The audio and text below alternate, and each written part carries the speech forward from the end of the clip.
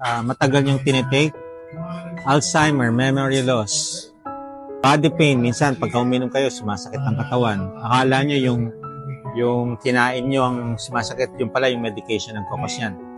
Other, it will increase your liver enzymes. Sugar, pinapatas din ng mga lipid-lowering drugs. Kaya, ito yung sinasabi kong walang kwentang medication. Why? Kaya mong pababayan ang cholesterol, pero ito, ang daming side effects. Siguro 1 month, pwede. Cut na. Yung iba kasi, diba, forever. Yan sabi, forever. Yan din ang sinasabi ko noon. Dok, hanggang kailan tong maintenance ko? Forever. Pero nung natutunan ko ang low carb,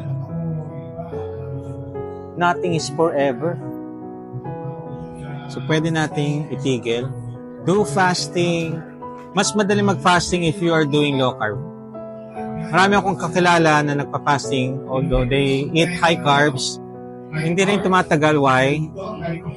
Pag kumain ka ng high carbs after 2 hours, 1 hour, 2 hours, gutom ka ulit.